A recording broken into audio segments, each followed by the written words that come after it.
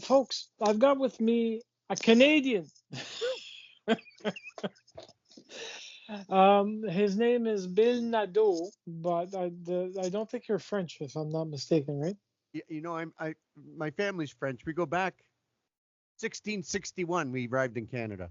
See, this is probably over at the port in Nova Scotia. And I was in New Orleans, Orleans Island. Oh, really? I Okay. don't remember. I was pretty young back then. Actually took some time to listen to the album, and I actually liked what he actually wrote. They're all original tunes Yep. on an album with dogs playing music, and he decided to call it the Hounds and Mongrels. I Butts and think mongrels. Mutts and Mongrels. So, Bill, tell me more about your own affinity with the musical genre that you actually decided with jazz, blues, and other musical stylings. But how long have you been playing music or writing music? I'm afraid to tell you because it's probably longer than you've been on the planet. I started playing in 1967, Oh yeah. and I've always played. I've always played, and Okay. I think I wrote my first songs probably in the early 70s, and the oldest song on the record actually I wrote in 1978, and that's I Can't Find a Reason, and it was never recorded. It was presented to Mel Shaw from the Stampeders, and it never went anywhere. And it wasn't until last November when I just remembered it and I started playing it. And I thought, this is a good song. How come it's never been recorded? So that's the oldest song on the record. They span from 1978 right up to 2023. Out of this album was something that you wanted to actually finally release. From what I gathered, you there was a lot of mentioning that you wrote a lot and you put it aside and you were trying to make it more uh, not perfectionist, but to fine tune certain sounds that you were playing with, and eventually you decided, you know what, I'm going to record it and release it. It really came down to using AI, and that's such a dirty word these days, but honestly it was instrumental. It really was. I have a song catalog and it's got hundreds of songs in it, and Mhm. and I'm always completely overwhelmed by that. And last November, I sat down and I asked Chat GTP. I said, "Give me the tempos and grooves of a quintessential blues album." And within 3 seconds, it spits it out. And I look and I go, "Well, I got that song." And looking at, "Oh, I got that song." Well, I don't have that one, but I can write it. And so within minutes, I had more organization in my head than I've had in 30 years, and everything just fell into place. Then I started making mistakes recording, and that cost me a Oof. lot of time. Okay. Yeah. Well, I mean, it costs time, but when you're putting your mind to it, it just comes to you fast. How long did you actually take, and what was the time frame over start to finish? Well, I started in November, and I planned on having it out by the end of January. So, fool am I. And and you know, and at first I thought this is really interesting because some of these songs are so old. It's like I'm the producer, and I don't even have to extricate myself from the song as the writer. I felt like I'm two completely different people, and so I could really look at it from a producer's point of view. So I started writing it. I had it ready to be mastered into February. It took a little longer than I thought. I brought it to a mastering guy, Fred Duvall, and, Hmm. and that's the only person I used to help me out with this thing. And he listened to it and he says, "Bill, we can release this, but your levels are all too high." And I went, "What?" So back and I go and I re-record it, and then about a month later, it takes because you have to sing the whole thing too. A Yeah. month later, I bring it back and he goes, "Well, that's better, but you're sure you want to?" Well, so he came into my studio and we sat together and he worked with me. And then by the end of May, I had the CDs. That's how long it took. Well, like they say, when you when you have to make it, and you make it with love and the desire and devotion, it actually comes out regardless of how long it takes. Yeah, So yeah. Although a lot of the planning kind of goes out the window, right? Because you think, okay, I can do this now, and if I can say that the one thing that surprised me, and I shouldn't be surprised, I've been doing this forever, is how many hats you have to wear, including sending out emails to radio stations and people like yourselves, who 99 times out of 100 aren't getting back to you, right? And it's and I don't blame your industry either, because there's like 150,000 songs released every day. And what makes me think that my song is better than anyone else's, right? And mm. and the good news with this process is that now I know how to do it. Like, I'm well into the second album already, Oh, and nice. I hadn't recorded an album since 1981, and now I've got two in the same year, and I think I'll be doing more than that. I plan on doing ongoing, at least releasing a song a week until I Okay. die. Yeah, I've noticed because I'm going, why is he only releasing singles? I'm waiting for the album. But But I could ask you that. Isn't that the way it's done these days? You have to. it is, but the way that it depends.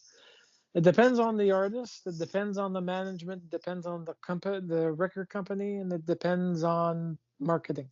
Well, that's the problem, Um, because I am the manager. I'm the record company. I'm the writer. well, that's not bad because you've got full control over it. But it's just that if you release too many singles from an album, basically you're giving the whole thing away without tying it into something that's actually there. Most of the singles that are actually being released, technically, well, actually not technically, I've seen it done. They will release teaser tracks, so basically singles, Yep. maybe one, two, or three, and then they'll drop the album with all the tracks that were given out plus whatever was recorded on it. But typically they say, okay, well, the album's going to release on a specific date, so we'll wait until it gets released, and then we'll start adding it to the streaming platforms that actually exist, the CD Baby, Bandcamp, Yep. Apple Music, Spotify. It's really tough. Um, and because that releasing singles that people can download is going to cannibalize your sales. And I think at this point in my career, first of all, I guess I'm selling about 10 to 1 off the stage. And because I have a good rapport with my audience and I have a lot of fun. And I think that, people come out repeatedly to come and see me. So I'm not going to get many repeat sales. That's the problem with that strategy. Mm. Um, but but I realized that as I put out singles, it's going to cannibalize the album sales. And I just thought, well, I need a body of work that's so vast, and that all the songs don't sound the same, No. and they don't. Then maybe I'll just do well enough to be happy creating, and not make a nuisance of myself. Well, you're far from being a nuisance. I'm not finished with you yet.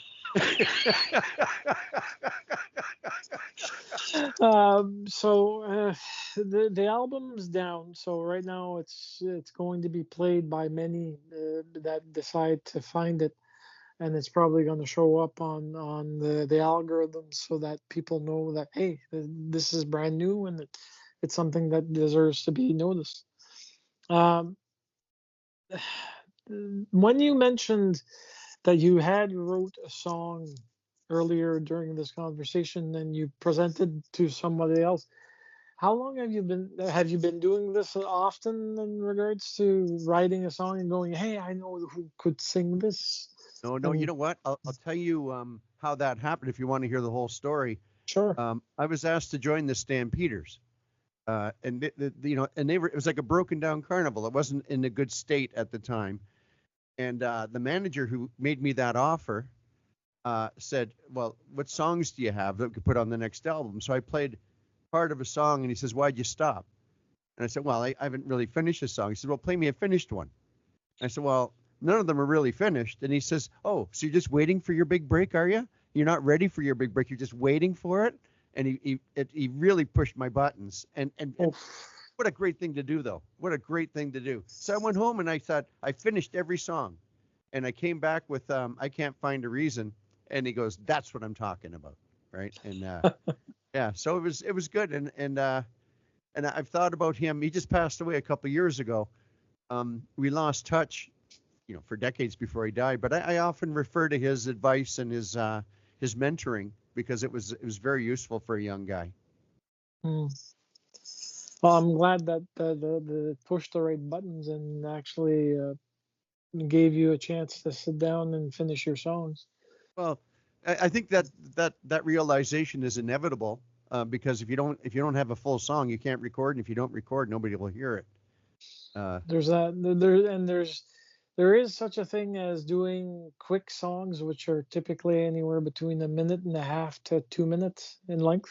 yeah, Um, not if we go back in time and go look at the blues classics that exist still today, like Robert Johnson and the whole shebang that were all in that period. Songs were typically anywhere between 2.5 to 3 minutes, sure.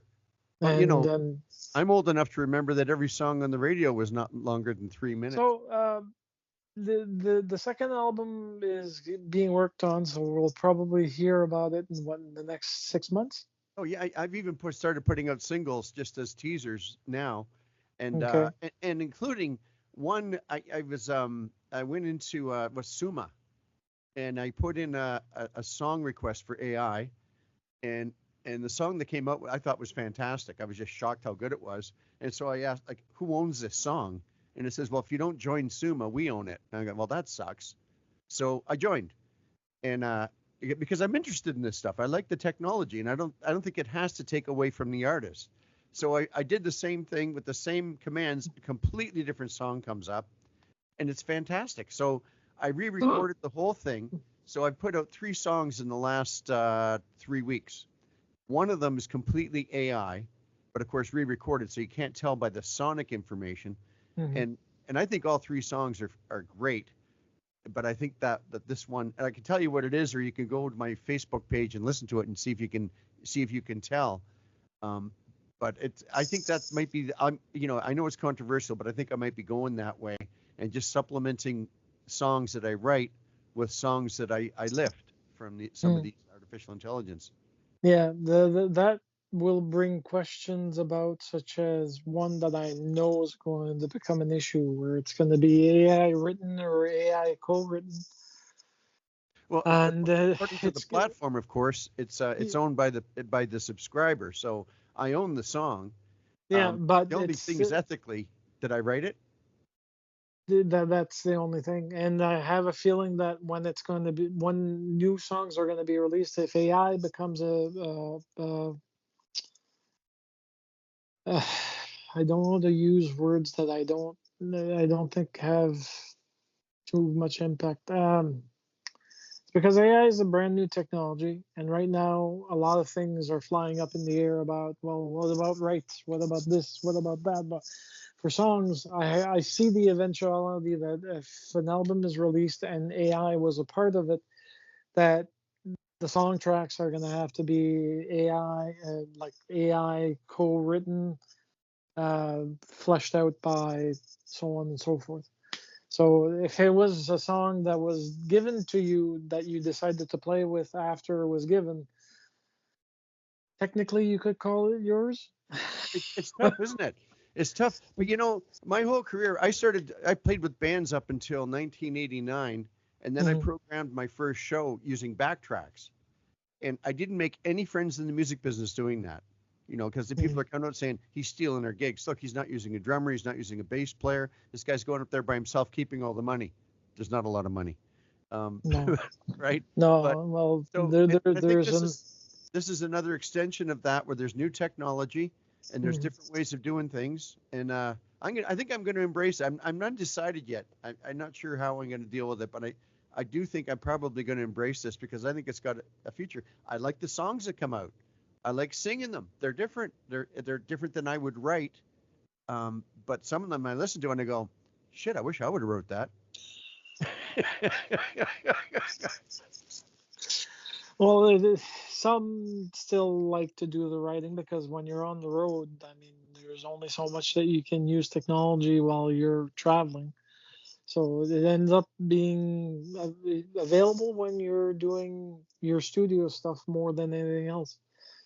Then you have the freedom to actually do it without having to rely on sketchy bandwidth here and there across the country. So, That's always a problem. But can I give you an example off Mutts and Mongrels? One of the mm, songs.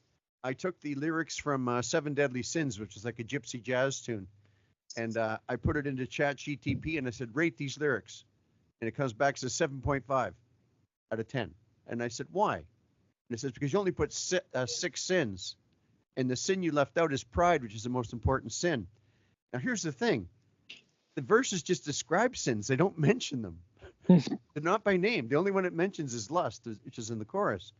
So I thought, that's remarkable that it knows which sin I didn't put in.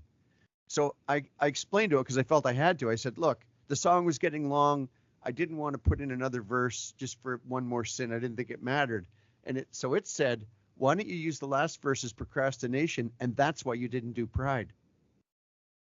And I went, oh my God. Hey, is that wild? As a tool, I'm having a lot of fun with it. the next question that I'd like to ask, you're a human being, Yeah, let me check. or you're a deep fake, either or. Uh, so, as a human being and not just a musician and instrumentalist and songwriter, what do you do as hobbies, if any? Do you even have time to do any hobbies? My hobbies are is playing music. I know that's not answering your question, but especially since last November, it's all been on music. Like and and I don't mind that, but just looking back over the last 6 or 7 months, it's like, yeah, this might be excessive. Um, I think you're so, the first musician that says that this must be excessive. so what I do in the morning, this is interesting. In the morning, we have a ravine that's about 100 yards away from our front door. And I Okay. walk down there, and it's all natural. There's a river down there, and it's beautiful. And I've been walking down there 5 miles a day on days I don't gig. And I take pictures of the same place each day because it's an interesting spot. And I have pictures now that go through the whole 4 seasons. So you see it in the spring, you see it in the summer. It's exactly the same picture, but it's changed. And what I want to do is write an instrumental album. So this again, that's my hobby. Now I'm Hmm. going to turn it into music again. So I'm going to take those pictures and play instrumentals over them as things change and call it seasons. And the instrumentals for each one of these scenes. One's a bridge, another one's a river, and every morning on cold mornings, like steam comes off it, and it looks just gorgeous. Another one of a dead tree that's like slowly losing branches every couple of weeks, and so you'll see that entropying away, and yeah. So it seems like everything has to do with music, even my hobbies. Uh, Well, that's not bad. no, it's what I dig, Okay. um, and I've always had fun with that. For the next album, is it going to be an instrumental or is it going to be one with song and lyrics? The next one will be song with lyrics. I think the instrumental will just come out as a side thing. Okay. I'll put it out under my name, but it won't be. It'll just be a point of interest. It's not going to be an album effort, unless somebody picks it up and says they like it. But it might be more of a visual thing than a musical one that might do better on something like YouTube than Spotify. So Yeah, more than likely. that's what I'm thinking, is that it spreads me out a little more, and it helps me use pictures that I got thousands of pictures now that I'm not using, and I think I have a good use for them now in my head. We'll see if I can make it happen. I think you will. I If you probably will. if you made the album happen for Mutts and Mongrels, you'll definitely be able to make anything work. Yeah. So the I don't have many questions because you pretty much covered everything that I needed to know and that my show will garner. But one thing I didn't ask, I know that you play pretty much everything. Everything that we heard on the album is pretty much you. So Yeah. I know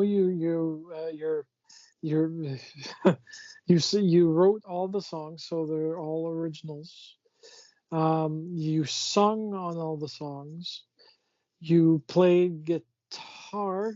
I'm trying to think of other musical instruments that were used. Um, Guitar, bass, a little bit of keyboards, not much. okay, And some of the keyboard sounds I actually did with a guitar synthesizer, so I'm trying to keep away from the keyboards because that's difficult. Um, the drums are hand programmed, so I'll take a groove and then modify the beat for verses, choruses, and bridges and stuff, and then of course the ending. And that's okay, that's that's the bottleneck. That's so tedious. It's like picking pepper out of fly crap with boxing gloves, you know. yeah. So that's the tedium. But yeah, it's all me. Um, and unless you don't want to include drums because actually they're pre-programmed, I just select them and alter them, right? It's still you. Well, and So and I don't think if you listen to it, you go, and maybe somebody with a better ear than me might think, oh yeah, that's fake drums. And I know people complain about that. Nobody's complained about that on this record. I've been waiting for it. Uh, there's good, bad, and ugly when it comes to if the electronic side of the music as an assistant is doing a proper sound that doesn't sound chintzy, yeah, then it's fair game. Because if you're a solo musician who brings technology to help him do his gig, and the technology sounds as if it was with other musicians on stage doing the same thing, then I'm okay with that. you know what? I think my job has been since 1989 because I programmed my first set was about 35 songs. It took about 6 months, and it was just tedium. It was horrible. Hmm. And I listened to the tracks I made, and I thought, well, this sucks. They're terrible. And I brought it out and I started playing live, and I just thought of ways I could breathe life into these dead tracks. I mean, my tracks now are much better, um, but that hasn't left. That you can't just go up and play guitar to tracks. You have to make it so expressive that people forget. Oh, where are those drums coming from? You know, it's they're just digging the song, and you can see from the stage when people are really digging it or not. And I think I'm pretty much nailing it most nights. Okay. So last question of the evening is going to be this. It's a weird one, so bear with me. This. What's your favorite dish? Your What food food? dish?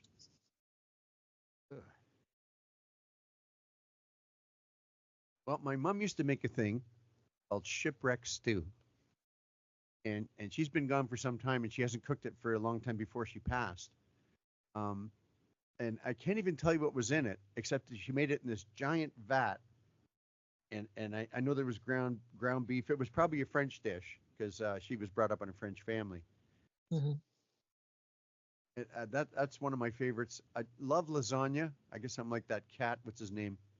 Garfield. Garfield. Yeah, I'm a big fan of lasagna. My stepdaughter's friend, she makes a lasagna that's like killer, and it's unbelievable. And my daughters don't live with us anymore. We're empty nesters, and it's like Uh-huh. I'm losing my connection with my lasagna is the problem. Okay. but but my wife is a fantastic cook, and so every night I come home, and on the way home I think I'm not going to eat just before I go to bed. I'm too old for that, right? Mm. And I come home and I open the fridge and it's full of great food. Honest, like there's like three different separate dishes she's prepared, and I think, okay, just kind of a bite of this and a bite. And next thing you know, there's a heaping plate, and I'm going to bed stuffed. That's the story of my life. Uh, oh, well, folks, you've heard it from the great Bill Nadeau.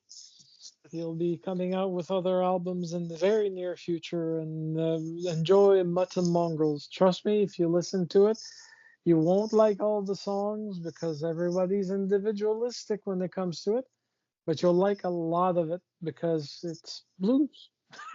It's Yeah, entirely blues. yeah, Yannick, thank you so much for having me. I really appreciate it. And like I say, with 150,000 songs coming out every day, it's hard to get attention, and I appreciate yours. Thank you. Oh, you're very much welcome, Bill. Thank you for the evening, and I hope that you have a nice one. I will. Thanks very much.